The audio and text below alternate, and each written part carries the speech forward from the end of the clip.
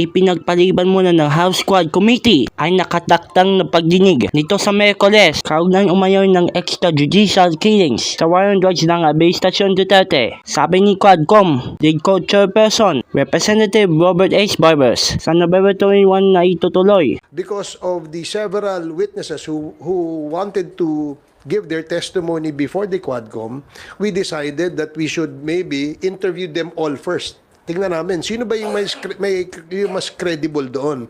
And it will take a lot of time, no, para sa amin. Pero kay Tony Salvador Panelo, tinanggap na ni dating Pangulo Digo Duterte ang unang imbitasyon ng Quadcom para sa pagdinig sana bukas. Kahit kaya tuloy na pagdinig, pupunta siya si Duterte na batasang pamansa kaya magpuntahin ng mga miyembro ng Quad Committee sa umano'y pagkansyayan nito. Hihingi din anya ni dating Pangulo na mag-schedule sa 10 araw na marathon hearing gate ng Quadcom. Lunes pa lang ng gabi ay nag-abiso na ito kay Duterte at sa abogado niya ni Atty. Martin Delgado III. Nagbago ang schedule niya ng hearing hanggang kaninang tanghali. Walang umano pasabi o pahamdang sa Quadcom na dumalsa sa November 13 hearing. Para malinaw, sa 21 meron kaming hearing.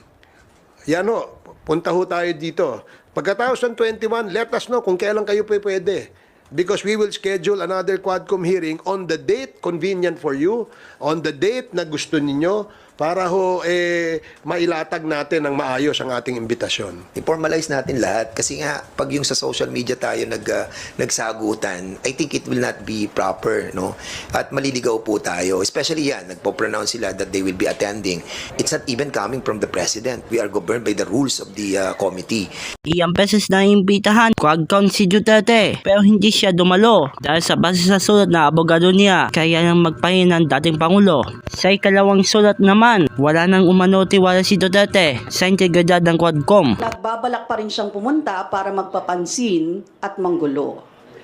Isa na namang publicity stunt ito mula sa dating Pangulo. Gusto niyang palabasin na ang House ang umuurong sa investigasyon, gayong siya mismo ang patuloy na umiiwas sa tunay na accountability. Nagbabluff ka ba? Hindi ka namin uurungan. Propaganda lang, no, yung ginagawa nila, lalong-lalo na yung sinasabi nilang pag-attend sa committee hearing ng Quadcom, no.